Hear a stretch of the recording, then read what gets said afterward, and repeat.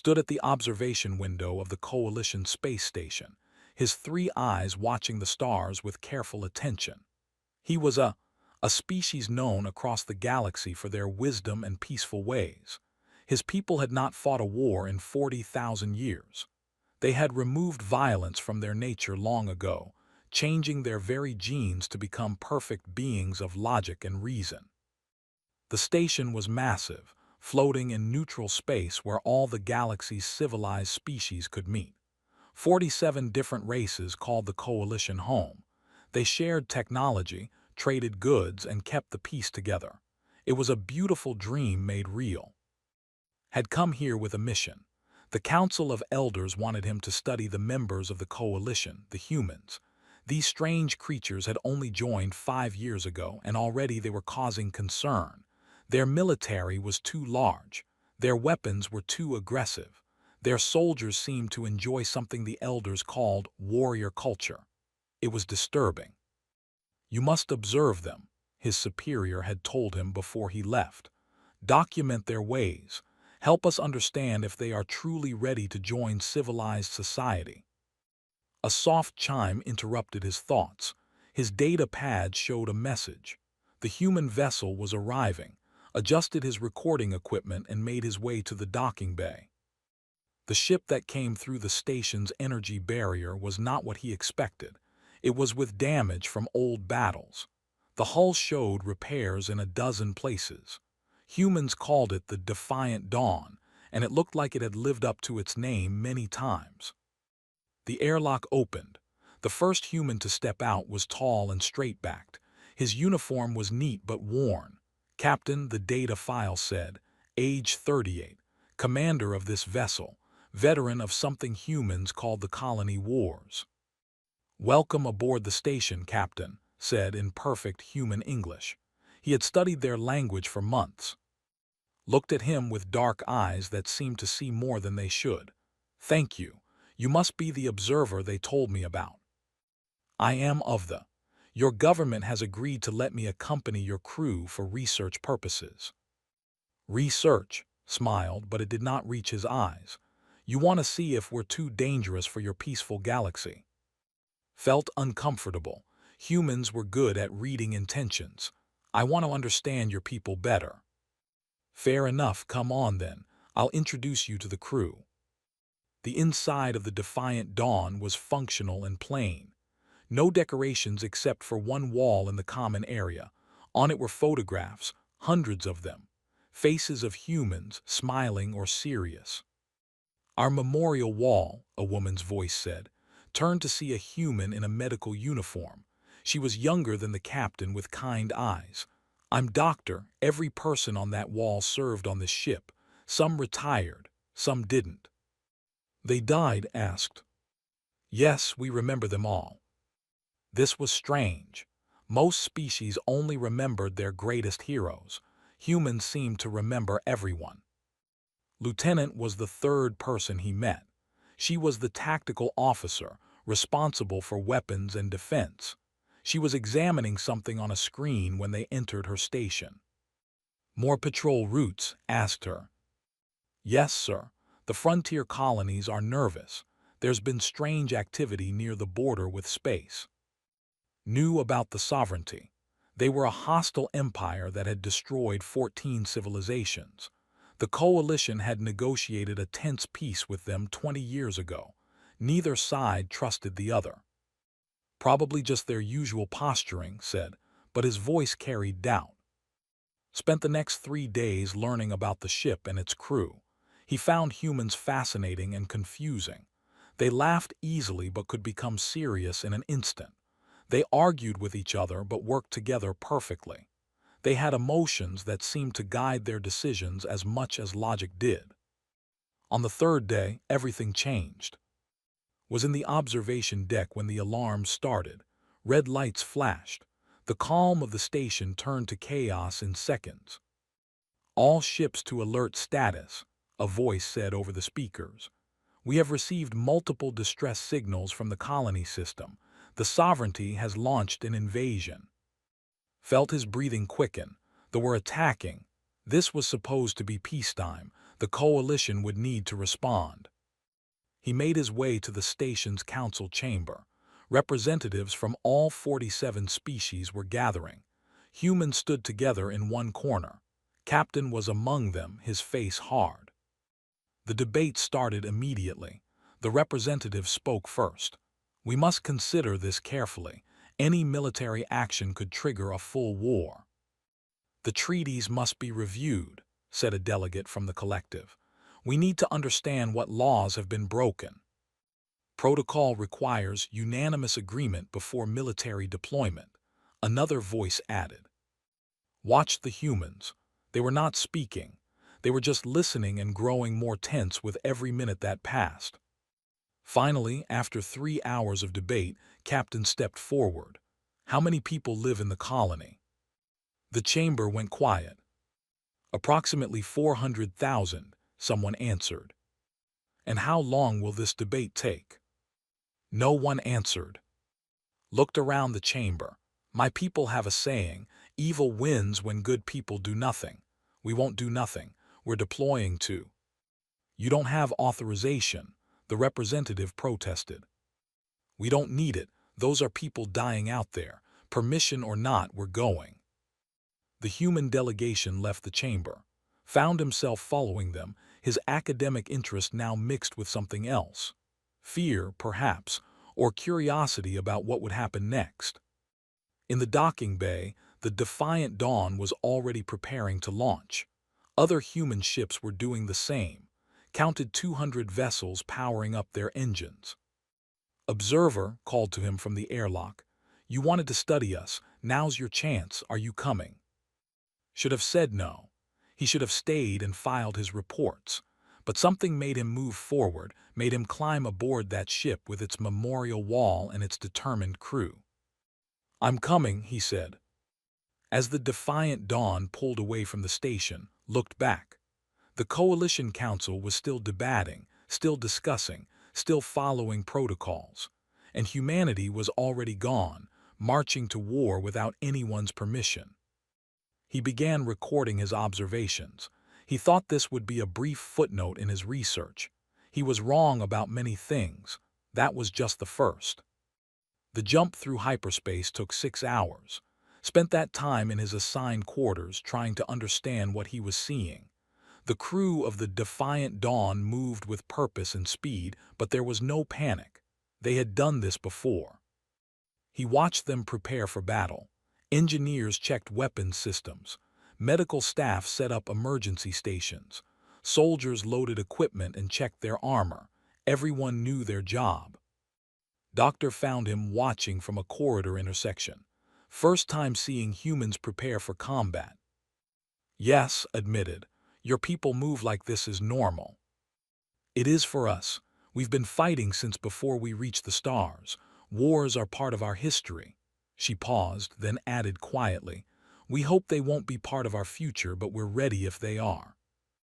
My people eliminated violence from our nature 40,000 years ago.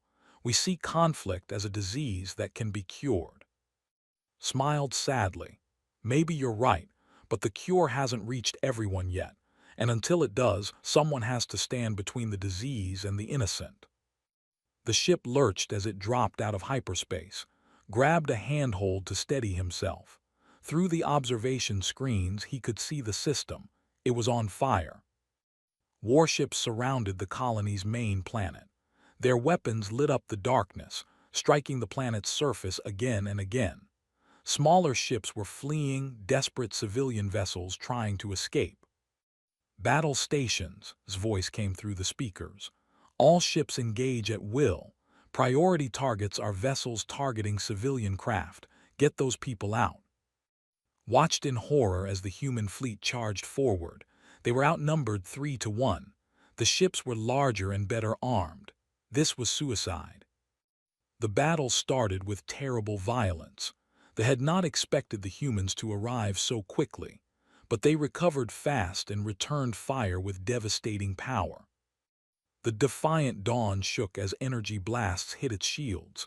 Held onto the wall, his data pad forgotten. This was not academic research anymore. This was survival. Hull breach on deck 7, someone shouted. Damage control team responding, another voice answered. Through the chaos, saw Lieutenant at her station, her hands moving across controls with perfect precision. She was firing the ship's weapons, targeting vessels that were chasing civilian transports. Got one, she said calmly as a ship exploded. 2 more on the left, engaging. The humans fought with a style had never seen documented. They took terrible risks to save civilians. One human destroyer flew directly between a battleship and an escaping transport, taking hits that crippled its engines. But the transport escaped. Why? Asked Doctor, who was now running between wounded crew members in the medical bay. Why sacrifice a warship for one civilian vessel? She looked at him while treating a burned engineer. Because every life matters, every single one. That transport has 300 people on it, 300 lives. Would you let them die to save one warship? The mathematics suggest. We don't do math with human lives, she interrupted. Not like that. The battle raged for 7 hours. Observed commander lead a boarding action against a ship that had landed near the colony's main city. The ground assault should have been impossible. They had superior numbers and defensive positions. But humans fought like cornered animals. No, that was wrong. Animals fought for survival. Humans fought for each other. S team cleared building after building, rescuing colonists trapped by the invasion. They took heavy casualties, but they kept going. Marine down, someone screamed over the radio. Medic moving, another voice responded. Hold this position. Civilians evacuating through the East Corridor. Listen to it all. He recorded everything, but his academic detachment was crumbling. These were not statistics. These were people dying for strangers. The worst moment came when Lieutenant's ship took a critical hit. Her voice came over the emergency channel, steady despite the crisis. This is Lieutenant, life support failing. Engines gone, crew of 47. Waited for the logical response. Ship was already lost. The mission was to save civilians. Tactical doctrine would suggest leaving the crippled vessel. Captain's response was immediate. 3 ships divert to position. Get our people out. Sir, that will compromise our formation, the tactical officer warned. I gave an order. We don't leave our people behind. 3 ships broke formation. They took advantage, pushing forward and destroying one of the rescue vessels. But the other 2 reached the ship and pulled the crew to safety. 47 lives saved. 1 ship lost. Dozens more dead in the rescue attempt. Inefficient, muttered, but his voice lacked conviction. As the battle continued, something strange happened.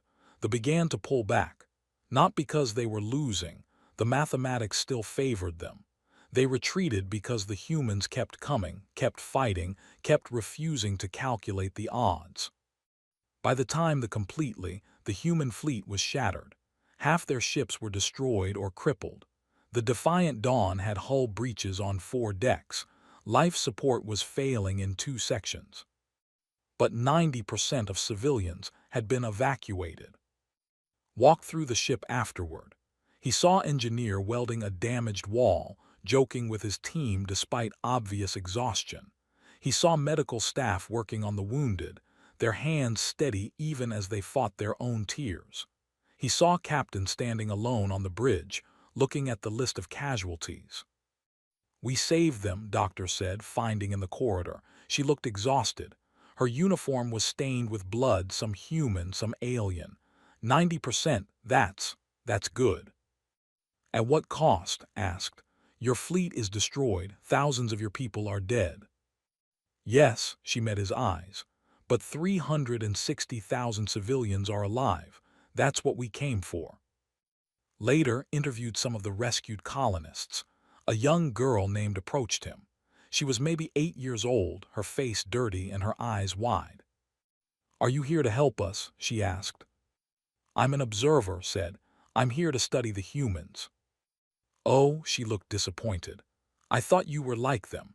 The humans, they came when no one else would. Captain's people saved my mom and dad.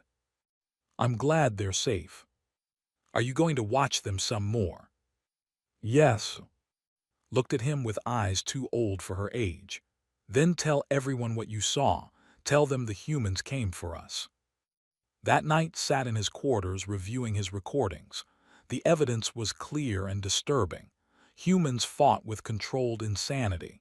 They violated every principle of logical warfare. They risked everything for minimal strategic gain. And yet they had won, not through superior technology or numbers. They had won because they refused to accept defeat while lives could still be saved. His data pad chimed with a priority message. Forces were regrouping. Intelligence suggested they were preparing for another attack, this time against 3 more colony systems. Looked at the tactical display. The human fleet was barely functional. They needed weeks of repairs. Logically, they should withdraw. He already knew they wouldn't, and for the first time in his life, understood why mathematics wasn't enough.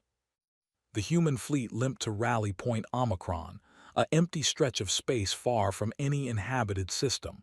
Ships were damaged, crews were exhausted, the dead were many. Sent his reports back to the Coalition Council every day. He described what he had seen at. He used words like reckless and emotionally driven and tactically unsound. But he also included the numbers. 360,000 civilians saved. The Council's response came quickly. They were disturbed. Humans were too violent, too willing to sacrifice themselves. This was not civilized warfare. This was barbarism. They demand we return immediately, Captain told his senior staff during a meeting attended. They have offered to negotiate a ceasefire. A ceasefire, Lieutenant shook her head. They're using the time to reposition their forces. Intelligence shows clear movement toward the and colony systems. Admiral appeared on the communication screen. He commanded the entire human fleet in this sector. His face was lined with age and experience. I've received the same message from the Coalition. They want us to stand down and let diplomacy work. While 3 more colonies burn, said quietly.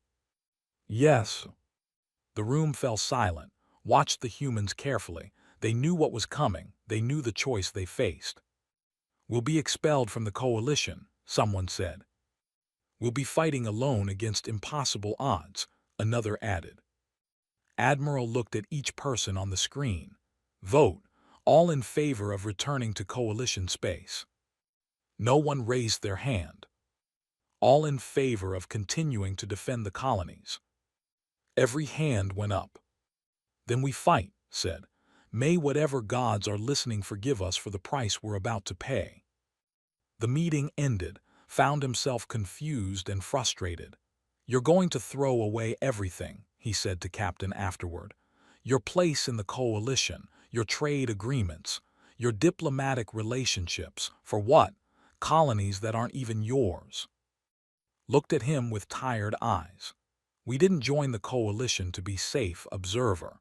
We joined because we believed in what it stood for, that every civilization deserves protection, that the strong should defend the weak. If the Coalition won't live up to that ideal, then someone has to. Ambassador arrived 2 days later on a Coalition diplomatic vessel. She was human but worked for the Council as a mediator. Knew her role, convinced the humans to obey orders. She met with Admiral privately, but heard the argument through the thin walls of the defiant dawn. You're destroying everything we've built, shouted. Do you know how hard it was to get the Council to accept us? We're the violent upstarts, the warlike primitives, and now you're proving them right. 3 more colonies, replied calmly. 300 million people. What should I tell them? That politics are more important than their lives. You're one fleet, you can't win this. Maybe not, but we can give those people time to escape. We can make the pay for every meter of space they take. And maybe, just maybe, the Council will remember what it means to stand for something. Left without convincing anyone, watched her ship depart and felt a strange emotion. Shame, but why? He was not responsible for the coalition's choices. He began interviewing the crew more deeply. He needed to understand what drove them. Corporal Sarah was 19 years old. She was a Marine who had fought in the ground assault on. She had saved his life during a brief counterattack on the ship, pulling him into a safe corridor when boarding drones broke through. "Why do you fight?" asked her. Sarah cleaned her weapon while she talked. "My grandmother survived the Third World War on Earth. Nuclear weapons, biological weapons, the whole nightmare. She told me stories about what humans are capable of when we forget our humanity." "So you fight to remember?" "No, I fight so others don't have to learn what we learned. Earth almost died, observer.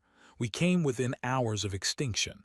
We killed billions of our own people before we finally stopped." She looked up at him. "That's why we'll never stop fighting tyranny, because we know exactly where it leads."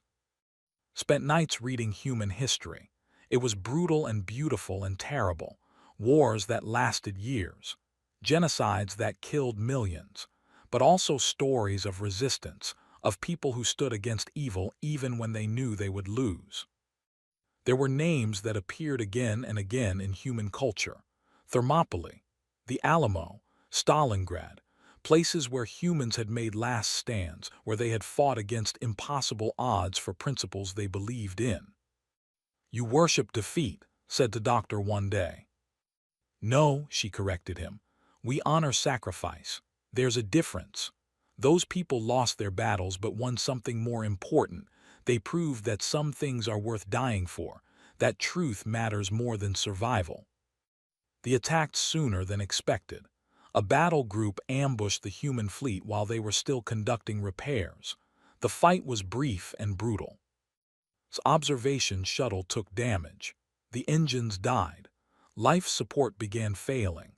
He was going to die in the cold darkness of space, and the irony was not lost on him. He had come to observe human warfare and would become a casualty of it. But Corporal Sarah and her squad found him. They held a corridor against boarding drones for 6 hours, protecting the observation deck where and other non-combatants had sheltered. They refused evacuation orders. They refused to fall back. "Get them out," Sarah screamed into her radio. "We'll hold here." Watch through the transparent door as the Marines fought. They were outnumbered. Their ammunition was running low, but they held the line. One by one, Sarah's squad fell. 5 Marines, 4, 3. When rescue finally arrived, only Sarah remained alive. She was badly wounded, bleeding from multiple injuries. Reached her first. "Did we buy enough time?" she asked, her voice weak. "Yes," said. "Everyone evacuated. You saved us all." "Good," she smiled. "That's good." She died in his arms, 19 years old, a whole lifetime unlived, dead for an alien observer she barely knew. Held her body, and something broke inside him. He had come here to document human warfare with academic detachment, but there was nothing academic about holding a young woman while her life bled away. There was nothing detached about understanding she had chosen to die so he could live. That night stopped taking clinical notes. He opened a new file in his data pad and began writing names. Every human who died, he recorded their name, their age, and what they had done. Corporal Sarah was the first. The list grew longer every day. Captain found him in the observation deck 3 days later, was staring at the list on his data pad. 217 names now. "You knew them all?" asked. "No, but I should have. They deserve to be remembered." "Yes, they do," sat down beside him. "This is what you came to study, observer. This is human warfare. We fight, we bleed, we die, but we do it for each other, for strangers, for ideals that most species have forgotten." "Why?" asked. "Why pay such a terrible price?" "Because someone has to, because if we don't stand up to tyrants, who will? The coalition talks and debates while worlds burn. We act, stood up. I'm not saying we're better than other species, but we've learned something in our bloody history. The only thing necessary for evil to triumph is for good people to do nothing." Looked at the list of names again. She was 19 years old. I know. She died for me. I'm not even human. I'm not even part of this war. To Sora, that didn't matter. You were someone who needed help. That was enough. After left began writing a different kind of report. Not for the council, for himself. Trying to understand what he was witnessing. Trying to explain why humans terrified him and amazed him in equal measure. They were walking contradictions, capable of terrible violence and incredible compassion. They could kill without hesitation and die for strangers without question. They were everything the galaxy had tried to evolve past, and they might be exactly what the galaxy needed. Captain's stealth ship was a miracle of human engineering. Small, fast, and nearly invisible to sensors, it could go places larger vessels could not. Watched from the bridge of the Defiant Dawn as Squadron disappeared into the darkness, heading deep into territory. What you're doing is insane, told Admiral. You can barely defend your own positions. Now you're attacking theirs. Defense doesn't win wars, replied. We need to hurt them, make them understand that invasion has a cost. The humans were changing their strategy. Instead of just protecting colonies, they were taking the fight to the enemy. His mission was to strike supply lines, destroy their forward bases, and create chaos behind their lines. Thought about his reports to the coalition. He had started including fewer criticisms and more observations. He described not just what humans did, but why they did it. The council's responses were growing more alarmed with each message. Your objectivity is compromised, one elder wrote. You are beginning to sympathize with your subjects. Return for evaluation. Deleted the message. He was not leaving, not yet. Doctor was a quantum physicist who rarely left her laboratory, but her work was changing the war. She had developed a weapon that could destroy entire solar systems by destabilizing their stars. It was elegant, terrible, and completely against everything the coalition stood for. Can you actually use this? Asked her, looking at the weapon designs. Technically, yes, we have the ability to deploy it against the home system. Looked tired, but we won't. Why not? It would end the war immediately. Because that would make us monsters, she said simply. We're not fighting to commit genocide, we're fighting to stop one. There's a difference. Learned that Admiral had personally refused to authorize the weapon's use. Despite the terrible losses, despite the overwhelming odds, humans drew lines they would not cross. We could kill billions of, had said during a command meeting. But that would make us exactly what we're fighting against. We're not here to destroy a species. We're here to stop an empire from destroying others. It made no sense tactically, but it made perfect sense to humans. Meanwhile, stealth attacks were having an effect. They were losing supplies. Their forward momentum slowed. More importantly, their confidence was shaking. How could the humans attack so deep in their territory? How were they everywhere at once? The answer was simple desperation channeled through brilliant strategy. Humans fought like they had nothing to lose because, in many ways, they didn't. The coalition had abandoned them. They were alone against an empire that had crushed 14 civilizations.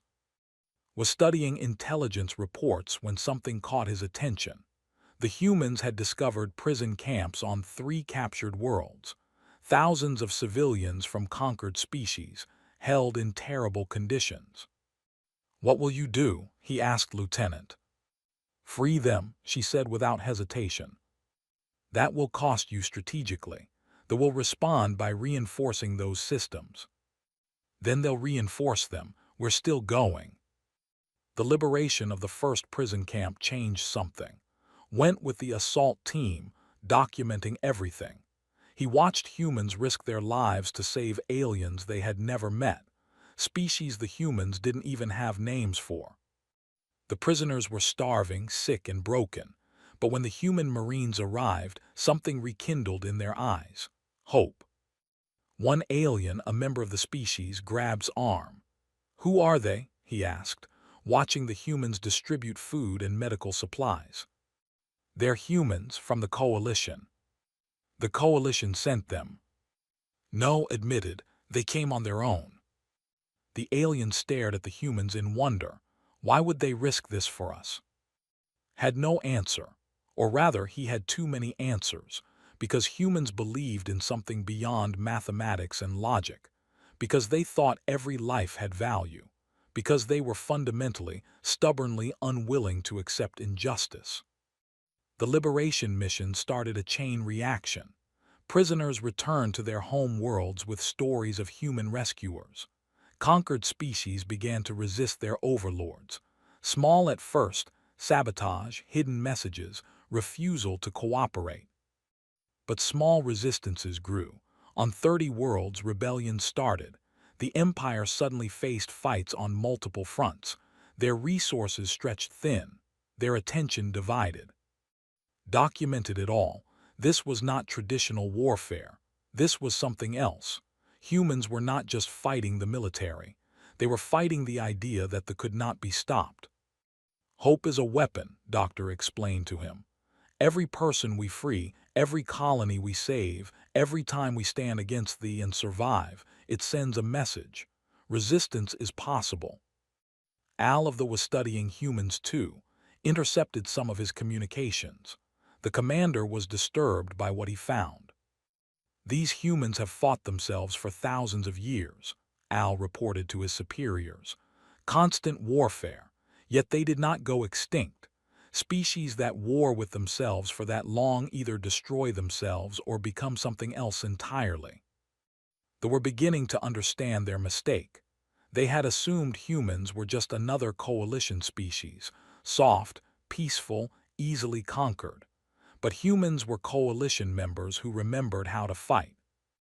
Squadron captured a supply station. Instead of destroying it, they freed the workers, enslaved aliens from a dozen species. Lieutenant led the operation and accompanied her. The station's commander surrendered when he realized resistance was futile. He expected execution. Instead, had him and his crew disarmed and detained safely. "You're not killing us?" the commander asked, confused. "No," said, "you're prisoners of war. You'll be treated according to the principles of war that humans follow." "Why show us mercy? We would not do the same for you." "We know, but we're not you." Watched the commander's face. Something shifted there, a moment of realization. These humans were not like other species. They could kill efficiently when needed, but they could also show mercy when possible. "Every enemy soldier we show mercy to is a story that spreads," told later. "Every who survives an encounter with us goes back and tells others. We're not monsters. We're not here to exterminate them. We're here to stop their empire." The tide of war was changing, not through superior numbers or technology, but through something the galaxy had forgotten: moral warfare.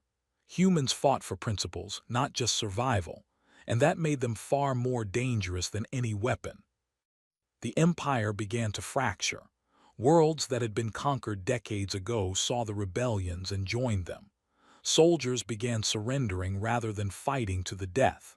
Some even defected, bringing intelligence about their military operations. Al sent a message directly to Admiral. It was brief and shocking. "Request terms for ceasefire and negotiations. We acknowledge we have underestimated your species." Read the message with amazement. "They're surrendering." "Not surrendering," corrected. "Asking to talk, there's a difference, but it's a start." The Admiral called a fleet-wide meeting. Every ship captain attended via communication link. His face showed exhaustion and something else: hope. "We didn't win through force," he said. "We won by showing the galaxy that tyranny can be opposed, that resistance matters, that every life is worth fighting for." He paused. "Now comes the harder part, building peace." Looked at the list of names on his data pad. It had grown long. Thousands of humans dead, but hundreds of thousands of others saved. Entire species liberated. An empire brought to the negotiating table. The cost had been terrible, but the alternative, doing nothing, would have been worse. For the first time, understood why humans terrified the galaxy. Not because they were violent. The galaxy had seen violence. But because humans combined violence with purpose, with mercy, with an unwillingness to abandon their principles even in the darkest moments. That was what made the stars tremble. The Coalition Council chamber was silent as entered.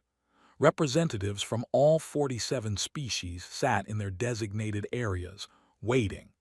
They had summoned him to present his findings after 6 months of observing human warfare. Carried only his data pad. On it were thousands of recordings, interviews, and observations. And the list, the names of every human who had died while he watched. The elder who led the council spoke first.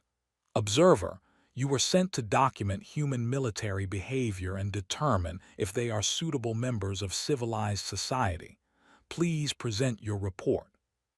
Looked around the chamber. These were the leaders of the most advanced civilizations in the galaxy, species who had eliminated war, hunger, and suffering. They had created a perfect society. Or so they believed. I was sent to write an academic report, began. To categorize human warfare, to measure their tactical doctrine, to assess their threat level. I cannot give you that report. Murmurs spread through the chamber. Instead, I must tell you a story. About a species that refused to let people die while we debated. About soldiers who gave their lives for strangers. About an empire that fell not because of superior weapons, but because humans showed the galaxy that resistance was possible. He activated his data pad. Images appeared on the chamber's screens. The battle at the liberation of prison camps. Human soldiers standing between civilians and weapons. The sovereignty has collapsed, continued. Not destroyed, transformed. Al has requested asylum and human guidance in rebuilding his civilization. 30 conquered worlds are free. 14 species that were enslaved now have hope for the future. At what cost? A representative asked. Human casualties were catastrophic. 40% of their initial force, confirmed. Thousands dead, hundreds of ships destroyed. He paused. But they saved 12 million civilians. They liberated populations that had been enslaved for decades. They proved that tyranny could be opposed. The chamber erupted in discussion. Voices argued over each other. Some praised the human achievement. Others condemned the death toll. Waited for silence. When it came, he spoke again. You want to know why the stars should tremble? I will tell you. Not because humans are violent, violence is nothing new in the galaxy, but because humans are violent and they care. They will cross the galaxy to save strangers. They will die for ideals. They cannot be negotiated with when innocents are threatened.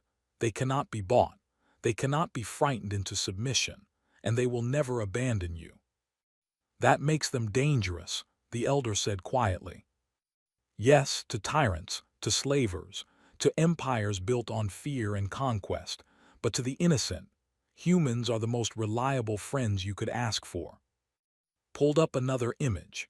Captain standing on the bridge of the Defiant Dawn, exhausted but determined. Corporal Sara's memorial photo. Doctor treating wounded aliens she had just met. Admiral reading names of the fallen for 6 hours straight. We modified ourselves ago, said. We removed violence, aggression, passion, all the traits we deemed dangerous. We created perfect beings of logic and reason. And in doing so, we forgot what those traits could accomplish when properly directed. You suggest we should regret our evolution, the elder asked. I suggest we lost something important. Humans kept their demons. They learned to master them instead of eliminating them. They channel rage into protection. They transform aggression into justice. They use passion to fuel compassion. The chamber fell silent again. My report concludes this, said. Humans are not ready for civilized society. Not because they are too primitive, but because we have become too refined. They remember lessons we forgot. They understand costs we no longer pay. And until we remember what it means to truly stand for our principles, they will always seem dangerous to us. Captain entered the chamber then, along with Admiral and other human leaders. They wore their dress uniforms, medals earned in battles that should have been impossible. Approached the center of the chamber. The Coalition taught us that the galaxy should be better. You showed us visions of peace, prosperity, and cooperation. Then you asked us to watch it burn because taking action was too inconvenient, too risky, too difficult. We follow protocol, someone started to say. 300 million people were about to die while you followed protocol, interrupted. We're done watching. We're done waiting for perfect consensus while innocents suffer. If that makes us unfit for the Coalition, so be it. You misunderstand, the elder said. We are not expelling humanity. We are reconsidering what the Coalition should be. The chamber's screens changed. Messages from dozens of species, those the humans had liberated, petitions to join the Coalition, requests for human protection, thanks from people who had been saved. The balance of power has shifted, the elder continued. Many species now see humanity as the true defenders of Coalition ideals. They trust you more than they trust us. Ambassador stepped forward. The Council proposes a new arrangement. Humans will maintain their military autonomy. You will not need unanimous consent for defensive actions. In exchange, you will train other species who wish to learn.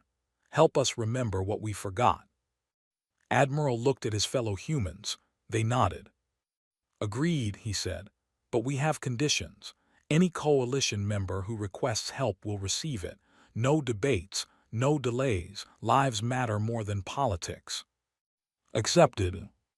Watched the historic moment. The Coalition was changing, shaped by humanity's refusal to accept injustice. It would never be the same. Later, at a memorial service for the fallen, Admiral stood before thousands of names carved into a memorial wall. He read each one aloud. It took hours, recorded every minute. Why do you do this? A young diplomat asked, recording all these human deaths. Because they deserve to be remembered, because their sacrifice changed the galaxy, because someone needs to witness what they did and ensure it is never forgotten. The diplomat looked at the memorial wall. Your people removed the capacity for such sacrifice from your genetics. Yes, we thought it made us better. Now I wonder if we just made ourselves smaller.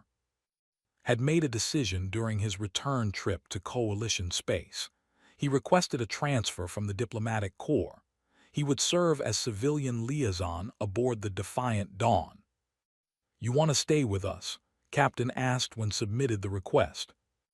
I watched humanity march to war. Now I want to watch you build peace. That, I think, will be even more remarkable. Smiled, welcome aboard, permanently this time. The Defiant Dawn left dock 3 weeks later. The ship had been repaired and upgraded. But the memorial wall remained, now expanded to hold all the new names. The crew would never forget the price they paid. On the bridge stood beside Captain. The crew was mixed now, humans and aliens working together, learning from each other. Where to next? Asked. Looked at the star map. There's a distress call from the frontier, pirates attacking a merchant convoy. The Coalition fleet is closer. But they'll take days to debate whether to respond. We can be there in 6 hours. Understood, that was the difference. That was why humans mattered. Then let's go, he said. As the Defiant Dawn engaged its engines and leapt into hyperspace, thought about his final report to the Council. He had written it simply. The stars tremble not because humanity conquered them, but because humanity offered them something we forgot how to give, a future worth fighting for, and friends who will fight beside you. We removed passion from our species believing it would lead to peace. Humans kept their passion and learned to direct it toward justice.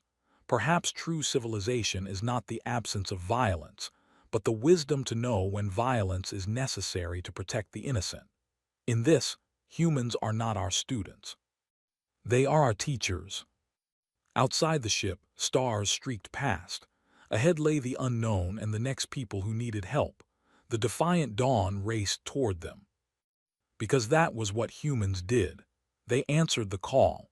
They stood between the innocent and harm. They paid terrible prices for their principles. And they never, ever stopped. Added one more line to his personal log. I came to observe humanity at war. I leave understanding why an unarmed species that eliminated conflict would send an observer in the first place, because deep down, we knew we had lost something vital. Humans reminded us what it was, not violence for its own sake, but the courage to act when action is needed, the willingness to sacrifice for others, the understanding that some things are worth fighting for. The galaxy would never be the same. The stars would tremble not in fear, but in recognition of what humanity represented, the reminder that civilization without courage is just comfortable waiting to die. And humanity would never let the galaxy forget.